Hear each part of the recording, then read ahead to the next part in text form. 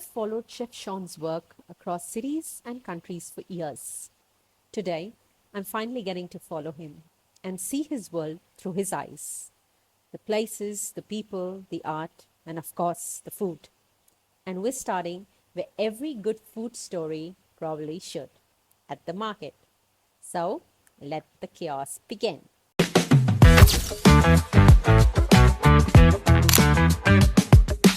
With walking these markets for like what, 2 decades? You said 20 years, 15 Yeah. years, 20 years.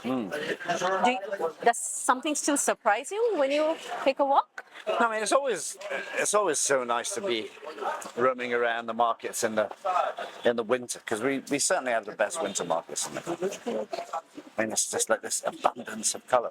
Obviously, monsoon markets are never great, but the last 2 years they've been a lot better. Mangoes have ripened very early this year.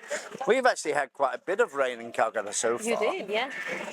I travel a lot actually. What you call Calcutta home, Chef? Calcutta's home. Absolutely. So I go to the UK and it's nice, but it's not good. So obviously fish is very important for the Bengalis. Absolutely. And like Pukur, kind of like pond and river, the Bengalis love muddy fish. They like that muddy flavour. They don't want that fresh saline kind of like flavour. They like that muddy flavour. What's your favorite one? Depends on the day, actually. So obviously I'm about to say Calcutta Bekti because it's just the most beautiful white fish in the country. But I guess during the season I do like a nice Bengali curry cooked with pabda or something, just really thick layer of fat on it. It's really, and again, all that fish fat, the Bengalis love it. They will pay extra for they'll usually always save the eggs if there's eggs in fish. They will buy those extra. What has changed for better? So I don't think food trends have affected Calcutta as much as other places. And I've also said, and I think most people that have come to Calcutta a lot also say the same thing. That's so Bengal has always had. So Calcutta has always had this incredible. Thank you. Just incredible food at every level, and at a great price point as well. Really. So like if you roam around the country, Calcutta sets the standard for all Chinese restaurants in the country. And we have incredible North Indian food in Calcutta. We have great Bengali food, particularly in places like those old Pice hotels and things like that. So the Pice hotels are one of my favourite places. If you ever come again, I'll take you. And there used to be many of them once, and they were kind of like a place where cab drivers, workers would go and eat Bengali food. The menu changed every day, whatever fish was in season. Very cheap. And you just paid for exactly what came to your table. So even if you asked for an extra piece of gondoras, they'd charge you for that. But so fucking fantastic. I think there's only about 5 left now. Yeah, so just great street food we have. We have great 20 rupee meals on the roadside with a piece of fish and a pile of rice. So yeah, I mean, so I think in Calcutta it was like, we don't really need anything else. We're foreigners. Great old kind of like bastardized Conti food all over Park Street and in the clubs. So at one point in time there were a lot of French chefs in Calcutta. If you were not a chef, then what would you be in Calcutta? An artist. Yeah, chef. So that's my retirement plan anyway. In fact, I've just started painting again. I've not had an exhibition for 10 years. I've had multiple exhibitions in the past. And my wife's an artist, plus another million things. She's also quite an interesting character. Yes. What about restaurants, chef? How are you? You're building restaurants. You've built so many restaurants. You've worked with so many people for decades. What is that side of restaurants do you still continue liking? Because you've moved so much on events now? Yeah, so I think post-COVID, I decided, I think like immediately into COVID, I thought, well, I need to change my life now, really. I think I spent a lot of time with IHM as a director of like all of their institutes.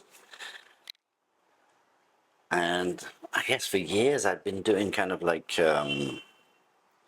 working on 5, 6 different restaurant concepts every year. Yeah, and I think they also become kind of like copy paste things. Really, it's kind of like, okay, let me come and have a look at your space. Let me understand the demographic. Let's see what can fit into that location. And I was bored of that, really. And I remember just thinking, really quite early on, okay, I'm done with that now. Whatever happens from here on, I think I'll leave that, unless it's something really interesting. But I want to focus on me being a bit more of a chef again, really. Yes. I'm also getting older. Honestly, I'm still a chef at heart. I still love being creative. Yeah. Is it easier to become a famous chef than to become a great chef? Very much. I think so. I think great chef is something that happens over many, many years. And there's this kind of like incensed obsession to just constantly keep creating and doing something brilliant. So we used to always live by that whole thing of so if you're a great artist, you can paint one painting once and people will revere it for the rest of their lives. You can be a great musician, be a one-hit wonder, and get royalties from that one piece of music. But as a chef, you're only as good as the last meal you cooked or the last plate of food you cooked. And tomorrow is another day, and you have to continue to keep creating the best plate of food you can. And that was what we grew up with. It's kind of like you're only as good as the fucking last meal you cooked. Never forget that, which is also a fact. Because people don't remember what you cooked yesterday, they don't remember what you cooked today. But being somebody famous is just something that can happen. Like a one-hit wonder in the music industry. Or so anybody can be famous today. If you've got your social media right and you invest lots of money to build you into something that, which is fine also. I mean, it's all good, however that works. But I think staying true to the profession and that passion is more important for me. Is there a learning which you've over time learned with indulging and interacting with people, which an IHM or most schools will never teach you? So I don't think schools can teach you anything realistically. I think you have to. Obviously, I've been a flag bearer for hotel management institutes in the past. But I used to say then also, it's kind of like when you pass out from college, don't join a hotel. Obviously, I have this kind of like not a great relationship with hotels. I just think that it's all about budgets for them, really. I'll say find yourself a great kitchen, find yourself a great restaurant, join a great team, and learn your craft there.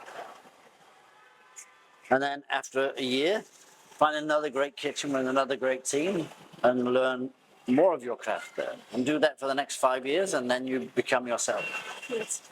And that's what you need to do. Can you taste when a kitchen is happy? I think I can walk in the kitchen and smell. I can walk in a restaurant and smell if the restaurant's happy. Wonderful. Immediately. You can just sense it. There's an air in the restaurant. And if there's great hospitality, then you have great hospitable people. And sometimes you walk in a restaurant and there's no background music. The atmosphere feels flat. The staff aren't particularly forthcoming. And you know that it's not happening. You also walk in the kitchen, it's like that. If it's very lackluster, there's not much happening, then.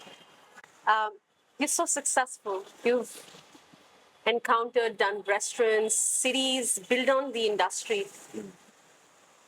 Is there a moment where you thought, I've got something wrong going? So I think you'll always. I think anybody successful will constantly keep questioning themselves. We just had an event here with some young chefs, and I sat them down and I said, even me after almost 40 years in this, if I'm in the kitchen, everything has to be perfect. And if I make a mistake, I'll go home and kick myself for the next 2 days. It's like that could have been better. It's something that would have irritated me when I was 21, and it would still irritate me today. That I sent out that course with, and that duck wasn't perfectly cooked. It could have been cooked better. And I'll kick myself for days, and I'll only blame myself. It might have been somebody else's job, but it's like, I should never let that happen. We started this morning with the market. We went to home, your space. We come here. It's literally like episodes or writing a book. What's next?